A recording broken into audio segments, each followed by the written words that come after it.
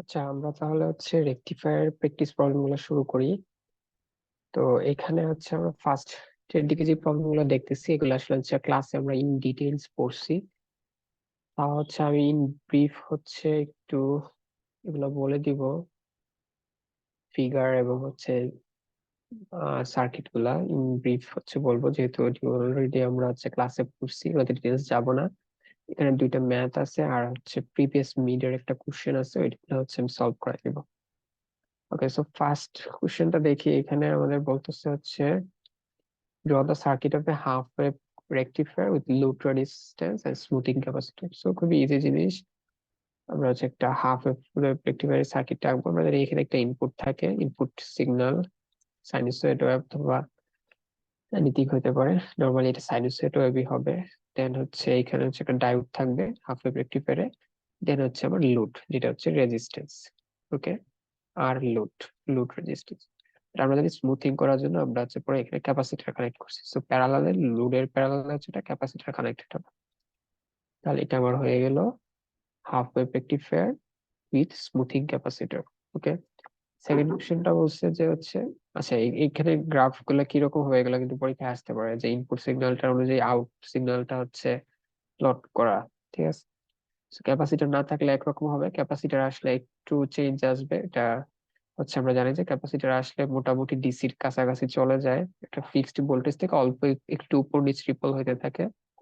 সেগুলো আশা করি সবাই পারি। Draw the circuit of A, next প্রবলেমটা ফুল ওয়েভ রেকটিফায়ার বানাইতে হবে। লোড রেজিস্ট্যান্স থাকবে, স্মুথিং ক্যাপাসিটর থাকবে। তো এটা আমরা ব্রিজ রেকটিফায়ার করে করছি। সো ফার্স্ট আমাদের ইনপুটটা থাকবে, যেটা একটু নিচে যাই। ফার্স্ট আমাদের ইনপুট সিগন্যালটা যদি ধরি, এইখান থেকে একটা ডায়োড যাবে এইভাবে পি টাইপ, আর একটা ডায়োডের এনটা ফার্স্টে রাখবে। ওকে, এদের মাঝে রেজিস্ট্যান্স থাকবে, যেটা লোড, আর লোড। এখানে নেগেটিভ টার্মিনাল থেকে একটা যাবে এইভাবে, পিটা পিছনে থাকবে, এটা এভাবে যাবে। এদিকে রেজিস্ট্যান্সটা যাবে এইভাবে, এভাবে। সো স্মুথিং ক্যাপাসিটর যদি কানেক্ট করি, ক্যাপাসিটর অলওয়েজ লোডের প্যারালালে হবে, সো লোডের প্যারালালে একটা ক্যাপাসিটর কানেক্ট করবে। ওকে, আমাকে বলছে কোন সাইকেলে কোন ডায়োড গুলা অন হবে। তো এগুলো ক্লাস আমরা খুব ডিটেলস পড়ছি। এটা D1, এটা D2, এটা যদি D3, এটা যদি D4 ধরি আমি, তাহলে ফার্স্ট হাফ সাইকেলে আসলে এই দুটো ডায়োড ফরওয়ার্ড বায়াসে থাকে, এই দুটো অন হয়। ঠিক আছে, কোন ডায়োডটা পজিটিভ নেগেটিভ সাইকেলে অন হবে। তাহলে পজিটিভ হাফ সাইকেলে আসলে অন হবে D1 D2, নেগেটিভ ইনপুটের নেগেটিভ হাফ সাইকেলে আসলে অন হবে এই D4 D2। ওকে, তিন নম্বর একটা সাইন ওয়েভ হাফ ওয়েভে দেওয়া হবে, হাফ ওয়েভ রেকটিফায়ারে আউটপুটটা কেমন হবে আর ক্যাপাসিটর দিলে কেমন হবে। তো উপরের এটা যদি আমরা দেখি, তো এখানে যদি আমরা একটা সাইনুসয়েড ওয়েভ যদি ইনপুটে দেই, তাহলে যদি ক্যাপাসিটর না থাকে, তাহলে আমরা জানি আচ্ছা, এখানে ডায়োড গুলো আইডিয়াল নাকি রিয়েল ডায়োড, এগুলো বলা হয় নাই। তো কিছু যদি বলা না থাকে, আমরা প্র্যাকটিক্যাল ডায়োড চিন্তা করবো। So আমরা জানি পজিটিভ হাফ সাইকেলটাতে এই যে একটা একটা নির্দিষ্ট সময় পরে 0.7 এর উপরে যদি থাকে ইনপুটটা, ওই সময়টাতে অন থাকে, আর নেগেটিভ সাইকেলটা তো পুরোটাই অফ থাকবে। তাহলে এই পুরোটা অফ থাকবে। তাহলে এটা যদি ক্যাপাসিটর ছাড়া আমি হাফ ওয়েভ রেকটিফায়ার আউটপুটটা প্লট করি টাইমের সাথে। বাট এখানে যদি ক্যাপাসিটর কানেক্ট থাকে, আমরা জানি এটা একটা নির্দিষ্ট সময় পরে চার্জ হয়, চার্জ হওয়ার পরে এটা কি হবে, চার্জটা ধরে রাখার ট্রাই করবে। যে নেগেটিভ সাইকেলে যখন অফ থাকবে, তখন ভোল্টেজটা পুরোটা জিরোতে নেমে যাবে না, একটু নামবে, পরে এটা যখন আবার বাড়তে থাকবে তখন আবার বাড়বে। এইভাবে একটা রিপল হয়ে হয়ে ডিসি আসবে। তো এটা ক্যাপাসিটর সহ হাফ ওয়েভের আউটপুট। ওকে, দেন 4 নাম্বার প্রবলেম সাইন ওয়েভ দেওয়া ফুল ওয়েভ রেকটিফায়ারে আউটপুটের ওয়েভ ফর্মটা কি হবে, স্মুথিং ক্যাপাসিটর কানেক্ট করলে কেমন হবে। সো অলমোস্ট এটার মতোই। যদি ফুল ওয়েভের কিছু সাইকেল আমি চিন্তা করি, যদি ক্যাপাসিটর কানেক্ট না থাকে, আমরা ফুল ওয়েভ এটা 0.7 থেকে 0.7, যেটা এই সময়টাতে রেসপন্স পাবো, এইটাও নেগেটিভ সাইকেলও কন্ডাক্টিং হবে। 0.7 মাইনাস 0.7 এর নিচে যে ভোল্টেজটা, ওই সময়টাতে আমরা আবার পজিটিভ, আমাদের যেভাবে ভোল্টেজের ডিরেকশন ওই দিকে ভোল্টেজটা পাবো। সো এইভাবে চলতে থাকবে। বাট ক্যাপাসিটর যদি করি তাহলে এটা একটা ভোল্টেজে যাওয়ার পর ভোল্টেজটা হচ্ছে অল্প একটু রিপল হবে, একটু কমবে, তো ভোল্টেজটা ধরে রাখা ট্রাই করবে, বেশি একটা কমবে না, পরে এটা যখন আবার বাড়বে তখন আবার বাড়বে। সো ফুল ওয়েভে স্মুথিং ক্যাপাসিটর কানেক্ট করলে আউটপুটটা এরকম হয়ে যাবে ক্যাপাসিটর সহ।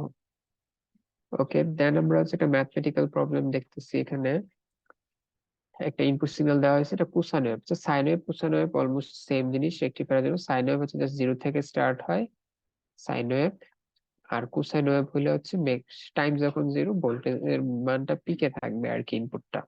সো এটাও সেম জাতীয়, একটু পরে এটা আবার সাইন ওয়েভের মতো হয়ে যাবে। তো এইখান থেকে চিন্তা করলে এটাও কিন্তু আবার সাইন ওয়েভ। কোসাইন ওয়েভ হচ্ছে ম্যাক্সিমাম থেকে শুরু হয়, সাইন ওয়েভ হচ্ছে 0 থেকে শুরু হয়। এর মধ্যে একটা হচ্ছে অ্যাঙ্গুলার ডিসপ্লেসমেন্ট অথবা ফেজ ডিফারেন্স থাকে আর কি। আচ্ছা, তাহলে আমি হচ্ছে একটা কোসাইন ওয়েভ দিলাম। আচ্ছা, যাই হোক, আমরা সাইনুসয়েড বল ধরতে পারি ওয়ান টাইপ অফ। এটা হাফ ওয়েভ রেকটিফায়ার ইনপুটে দেওয়া হয়েছে, আর লোডে যে রেজিস্ট্যান্সটা আছে এটা 15 কিলো। তাহলে একটু আমার হিসাবে ক্যালকুলেশনের জন্য এগুলো একে ফেলি। লোডের রেজিস্ট্যান্সটা হচ্ছে 15 কিলো ওহম, আর ইনপুটটা হচ্ছে আমার 10 কোসাইন, এরপরে টাইমের সাথে যেটা হচ্ছে ওমেগা, আমরা জানি 1500 পাই টি, টাইমের সাথে যেটা ওমেগা টি, সো এটা ওমেগা +3, এটা হচ্ছে ইনিশিয়াল ফেজ অ্যাঙ্গেল। আচ্ছা, এটার আমাদের কোনো কাজ নাই, এটা দিয়ে আসলে ডিপেন্ড করা হচ্ছে জিরোতে, টাইম যখন 0 তখন আসলে এটা কত থেকে স্টার্ট হয়েছে, এটা দ্বারা আর তেমন কোনো কাজ নাই। ওকে, ডায়োড গুলার অন ভোল্টেজ ধরতে বলছে কত, 0.6 ভোল্ট, অর্থাৎ এই ডায়োডটার অন ভোল্টেজ ভিডিও যেটা, এটা 0.6 ভোল্ট। এখন আমাকে বলছে pick value of input. So ইনপুটের পিক ভ্যালু কত হবে, ইনপুটের অ্যামপ্লিটিউড যত তত হবে, ইনপুটের ইনপুটের পিক ভোল্টেজ 10% যাবে। সো ইনপুটের পিক ভোল্টেজ হচ্ছে, ইনপুটের পিক ভোল্টেজ হবে হচ্ছে 10 ভোল্ট।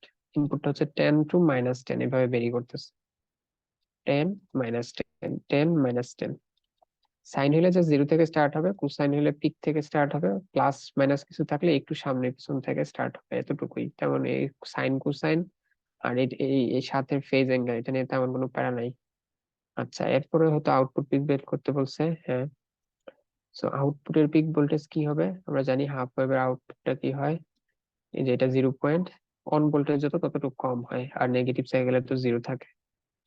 তাহলে আউটপুটের পিক ভোল্টেজ হবে হচ্ছে ইনপুটের পিক থেকে 0.6 ভোল্ট কম। তাহলে 10 থেকে 0.6 কম, অর্থাৎ 9.4 ভোল্ট হবে। What is the frequency of the input wave from.